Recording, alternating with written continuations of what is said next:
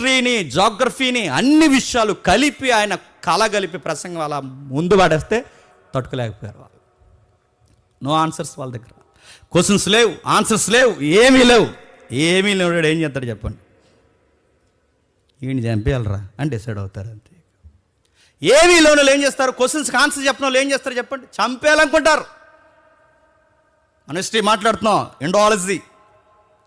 ఇండియాలో ఎలా జరిగిందో ఇండాలజీ తెలుసుగా. ఇండాలజీ ఏం జరిగిందో మనకు తెలుసుగా. మిషనరీ రాకముందు ఎలా ఉందో, మిషనరీ వచ్చిన తర్వాత ఎలా ఉందో, మిషనరీస్ రాకముందు అంటే మన రాజమండ్రి చరిత్ర మొదలుకొని, మన రాష్ట్రాల చరిత్ర మొదలుకొని, మన దేశ చరిత్ర వరకు క్రియాశీలకంగా స్వతంత్ర ఉద్యమాల్లో కూడా మన భారతీయుల మధ్య మన స్వజనులను ఎంత పోరాట యోధులుగా, విద్యావంతులుగా మిషనరీ వ్యవస్థ మార్చిందో. నెహ్రూను కానీ, రాజ్యాంగకర్త అయిన ఎవరైతే ఉన్నారో అంబేద్కర్ గారు కానీ, ఇలాంటి గొప్ప గొప్ప వాళ్ళందరూ చదువుకున్నది ఇదిగో ఇలాంటి మిషనరీ స్కూల్స్, వాళ్ళు కట్టి పునాదులు వేసిన ఇలాంటి సొసైటీ, క్రిస్టియన్ సొసైటీ వేసిన ఇలాంటి స్కూల్లో చదువుకునే వాళ్ళ గొప్పవారయ్యారని మనం మాట్లాడి, బడుగు బలహీన దిగువ స్థాయి వర్గాల వారిని ఎక్కడ కుళ్ళు రాజకీయాలతో, రంపు రాజకీయాలతో, మత ఉద్వేశంతో, మనుషుడికి గౌరవం లేకుండా, స్త్రీనిగా, పురుషుడిగా విడదీసి ఎక్కడికెక్కడే నువ్వు ఇదిరా, నేను ఇదిరా, నేను తలకాయరా, నేను భుజంరా, నేను పొట్టరా, నేను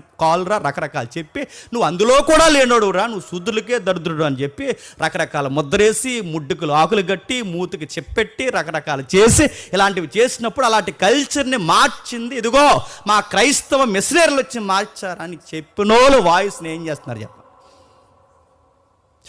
చంపేస్తారో చెప్పండి?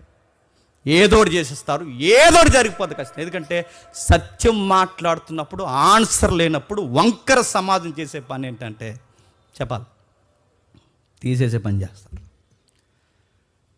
ఏదన్నా నిజాన్ని మాట్లాడినప్పుడు ఎంత పొగరొచ్చేస్తుందో ఆ సోషల్ మీడియాలో ఎంత పొగరగా మాడతారు. అమ్మని తిడతారు, కుటుంబీకులను తిడతారు, పిల్లల్ని తిడతారు, రకరకాలు తిడతారు.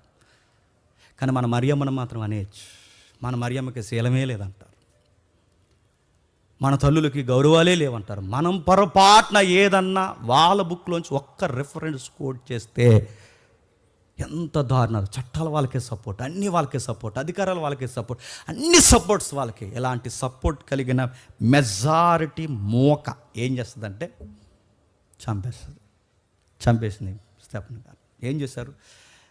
చెప్పలేక, కక్కలేక, మింగలేక చివరికి టీం అంతా వచ్చి ఆ అబ్బాయిని గట్టిగా పట్టుకుని పక్కకి తీసుకెళ్ళి ఒంటరిని చేసి టీం మెంబర్స్ 4-5 టీంలు ఒకటైపోయినాయి. ఈ 4-5 టీంలన్నీ ఒకటైపోయి ఆ అబ్బాయిని సమాజంలోకి లాక్కొచ్చి ఆ అబ్బాయిని చూస్తుండగా బట్టలు